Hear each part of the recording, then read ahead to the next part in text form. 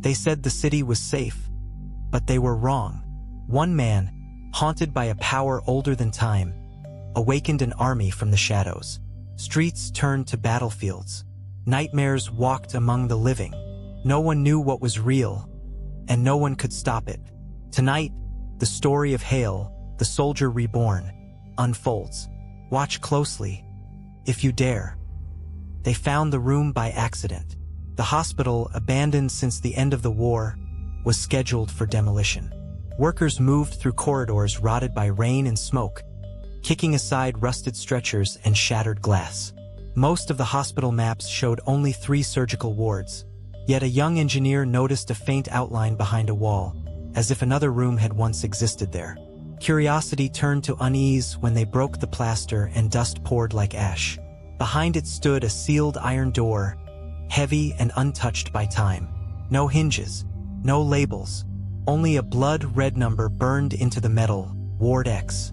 When they forced it open, every worker swore they felt a gust of warm breath, like someone exhaled from the other side. A single bed sat beneath a broken light, sheets gray with age. Yet a fresh human skull lay perfectly centered on the pillow, as if its owner had died just yesterday. No smell of decay, no dust on the bone, like something or someone had been watching and waiting. The skull was not dry like old remains normally are. Its color was too pale, too preserved. When the flashlight beam moved across the bone, moisture glimmered on the surface like sweat.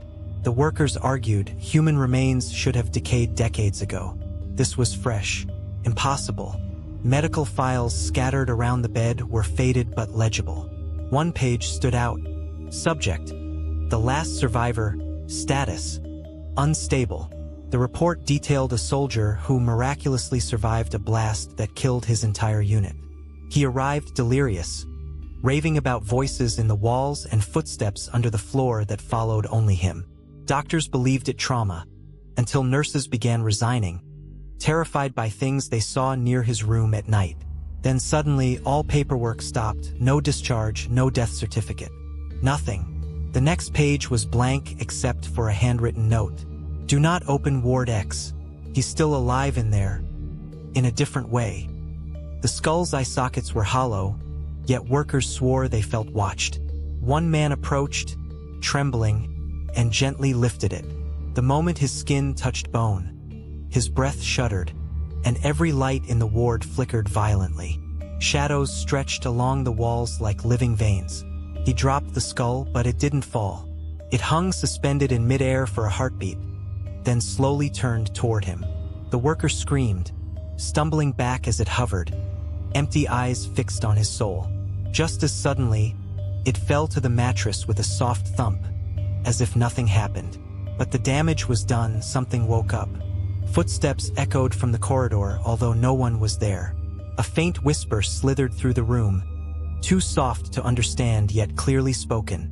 Not alone. Never alone. The crew fled except for one man, Dr. Hale, the demolition supervisor. He pocketed the skull with trembling hands, convinced the bones could reveal what happened here. He didn't know that once touched, the survivor never let go. Dr. Hale took the skull home, wrapped in cloth, as if treating it like a patient. That night his wife awoke to tapping sounds, rhythmic like fingernails on a table. When she searched the house, she found Hale seated in his study, whispering to the skull as though in conversation. His eyes were open, but unblinking.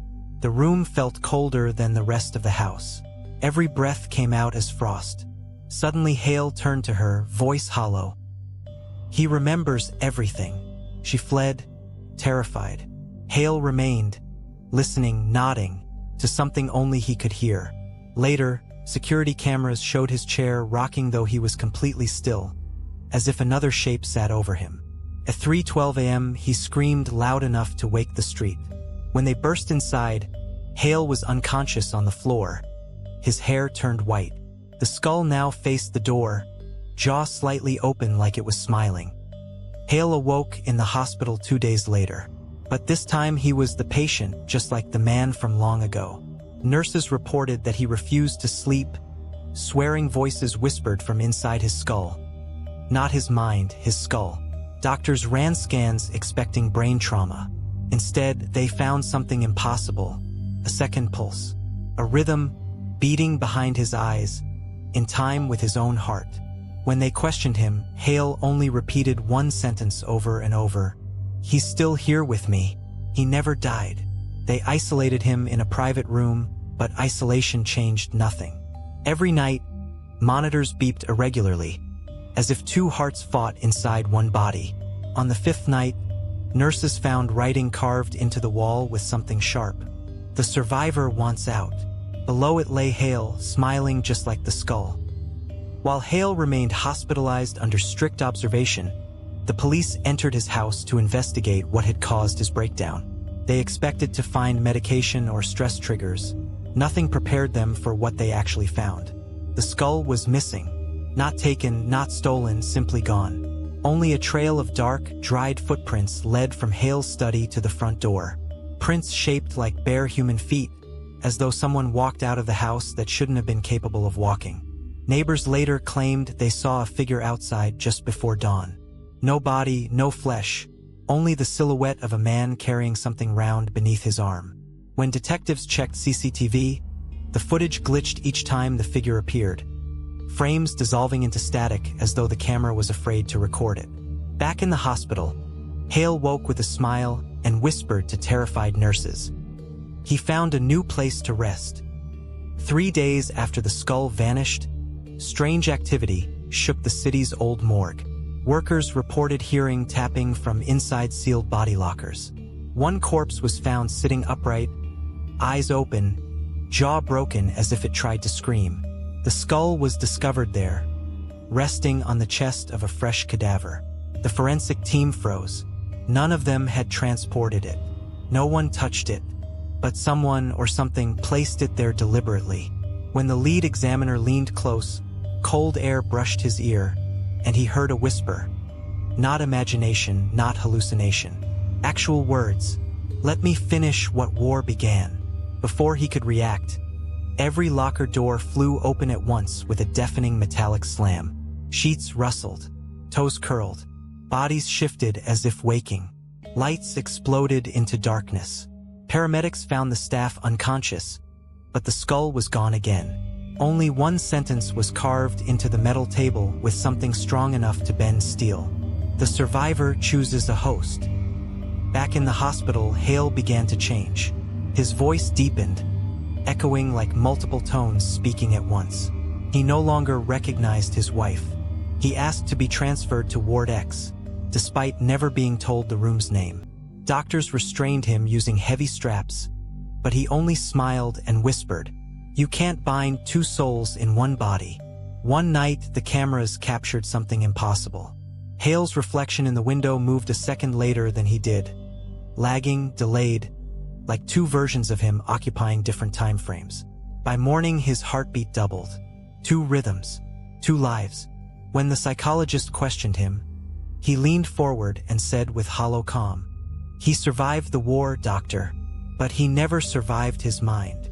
That same night, a nurse found him standing freely beside the bed, despite the fact his restraints were still locked tight around his wrists and ankles, untouched. Experts gathered: neurologists, military officials, paranormal researchers. They agreed on one terrifying conclusion. The skull was not an object. It was a vessel, a carrier of whatever remained from the last survivor. Rage, trauma, madness so strong it clung to bone. And Hale was becoming the host. His blood tests revealed fragments of foreign DNA, strands not human, or at least not fully human anymore. His memories blurred. He began recounting events from the war he never fought in. He described trenches filled with screaming men, hands reaching through mud begging for a bullet to end their suffering. He described it like he was there. At sunset, Hale stood at the window and said, "He didn't survive for nothing. He has work to finish." Staff understood too late. Hale was no longer Hale. On the 10th night, chaos erupted. Hale clawed at his own skin, as though something beneath wanted out. Nurses sedated him, but his body fought through drugs that should have knocked out an elephant. He screamed in 2 voices, one terrified, one hungry. Every window cracked, Lights burst like gunfire. Hale held his head and shouted, "He wants a body. He wants to march again." Then silence. Monitors flatlined, then resumed with double the strength. 2 heartbeats pounding like war drums. His eyes opened, irises fading into ghostly white. He stood without effort, snapped the restraints like threads, and walked toward the exit with calm purpose.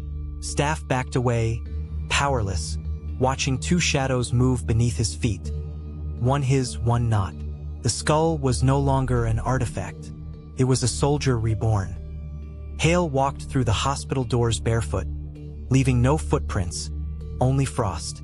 Security guards aimed weapons, but their hands trembled, and bullets hung midair before dropping harmlessly to the floor. 2 voices spoke through Hale now, layered like overlapping radio signals. "We march beyond death. We reclaim what was stolen." An alarm screamed across the building as Hale stepped into the night. Streetlights flickered out in waves, each blackout spreading like infection. Cars swerved, dogs howled, phones died. Something old was awake. He lifted his hands, and bones, human bones, rose from the ground beneath him like soldiers answering a roll call. Skulls clacked into place. Ribs fused. Finger bones scratched asphalt as they crawled toward their commander. The city slept unaware of the army gathering outside its walls. Hale turned his pale eyes toward the horizon and whispered, "At dawn we begin." Dawn came. The sun rose to a sight it was never meant to witness. The army of bones marched through the streets, silent but thunderous. Every step echoed like war drums inside empty buildings. People woke to shaking floors, rattling windows, and a coldness that felt like death breathing down their necks. Hale stood at the city square, commanding without words. Crows circled overhead, wings beating in unnatural unison. The government sent soldiers. Tanks rolled in. Orders were shouted. But the bones didn't stop. They moved through bullets like smoke, rebuilt themselves when shattered, and consumed the fallen into their ranks. A child stood in the chaos, crying. For a moment, just a moment, Hale's human side flickered. His ghost-white eyes softened. He knelt and touched the child's cheek with something close to remorse. Then the second voice spoke. "Mercy is weakness." Hale stood tall again, and the march continued. By nightfall, the city divided, those who fled and those who fought. Barricades of cars and furniture blocked streets, but bones slipped through them like water through fingers. Hale walked at the front, neither fast nor slow, unstoppable. A group of survivors armed themselves inside a mall, determined to stand their ground. They broadcast a message. "If anyone's alive, come here. We fight together." Hundreds came. Families, police, firemen. Every last beating heart with hope still inside. The battle was brutal. Bones shattered against shields. Humans screamed, bled, held the line. For the first time, Hale hesitated. He remembered warmth. His mother's voice, the life he once owned. The human heartbeat inside him beat louder, but the second one roared. His voice split into 2. Save them. End them. The lights blew out. Darkness swallowed everything. When electricity returned hours later, the mall was silent, and Hale stood alone among weapons, clothes, but no bodies. The army grew stronger, but Hale grew weaker. 2 minds warred inside him, one wanting peace, one craving conquest. At night he buried his ears, screaming to drown out the ancient general whispering commands through his veins. The bones knelt before him like worshippers at a broken altar. He stared at them and whispered, "I never wanted this." A skull turned toward him. It spoke in the general's voice, rattling like wind in crypts. "You are a throne. We are the crown." Hale fell to his knees. He could feel thousands of memories not his own. Wars fought centuries ago. Kingdoms burned, banners soaked in blood.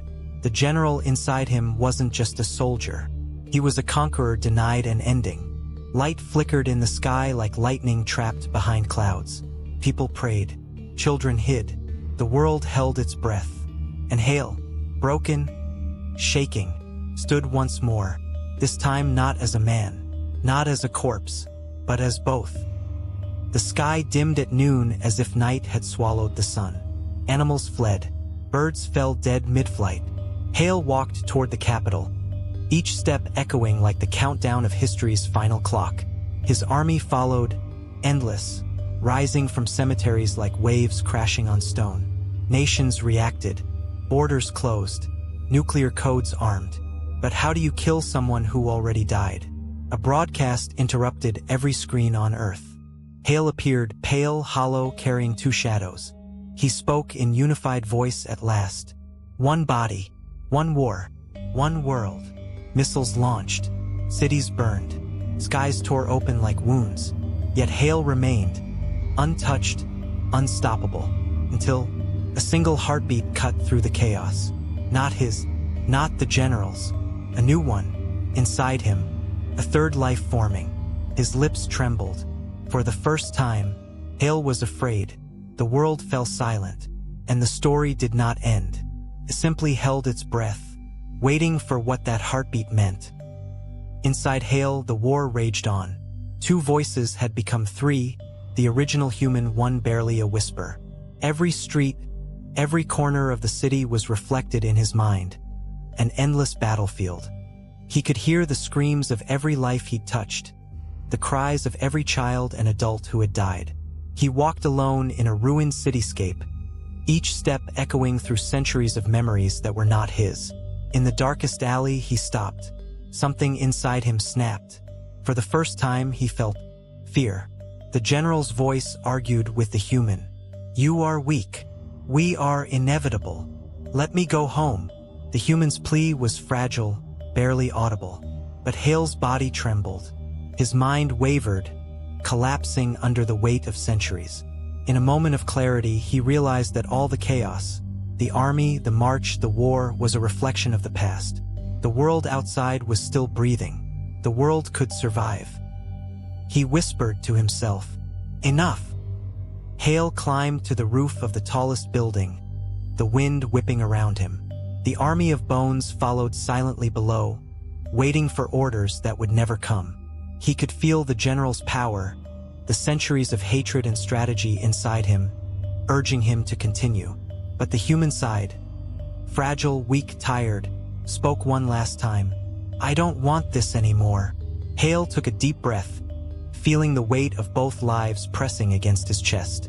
With a scream that split the wind, he hurled himself into the abyss. The army of bones froze. For the first time, they didn't move. The shadows that had followed him vanished into thin air. The world watched, oblivious, as the storm of destruction that had haunted the city calmed. No explosions, no screams, just silence. Hale's sacrifice severed the link between past and present, human and soldier. Morning broke over the city. Windows glistened with dew. Birds chirped, dogs barked, children played in the streets. The destruction remained, but life returned to a fragile normal. Buildings once threatened by Hale's march now stood silent, human hearts beating within them again. The streets smelled of rain and dust.